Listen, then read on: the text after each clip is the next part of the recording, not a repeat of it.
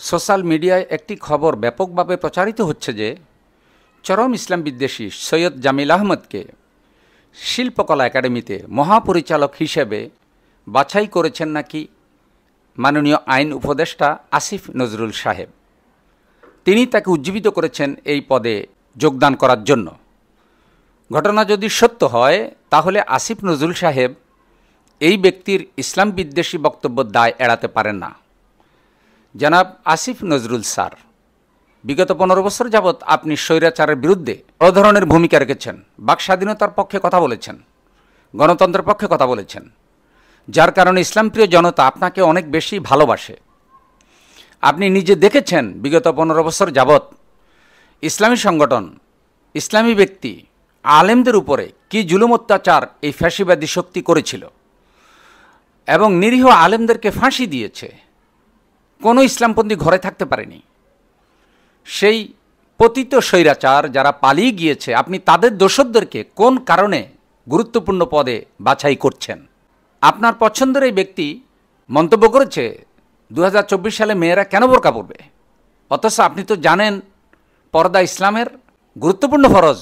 আপনার পছন্দের শিল্পকলা একাডেমির মহাপরিচালক বলেছে ওয়াজ মাহফিলের মোকাবেলায় নাটক সিনেমাকে কিভাবে জোরদার করা যায় এটা নিয়ে তিনি চিন্তা করছেন।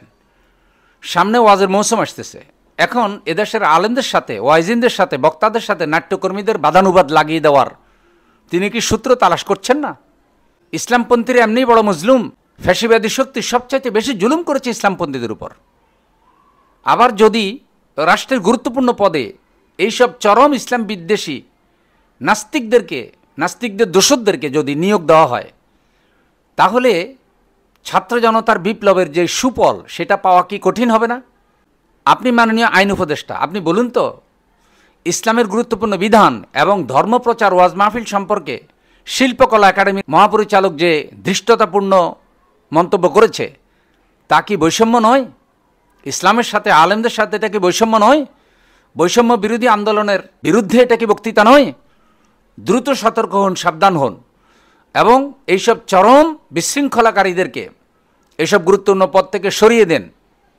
আমাদের জোরালো দাবি, চরম ইসলাম বিদ্বেষী এই সৈয়দ জামিল আহমেদকে শিল্পকলা একাডেমির মহাপরিচালক থেকে অপসারণ করুন।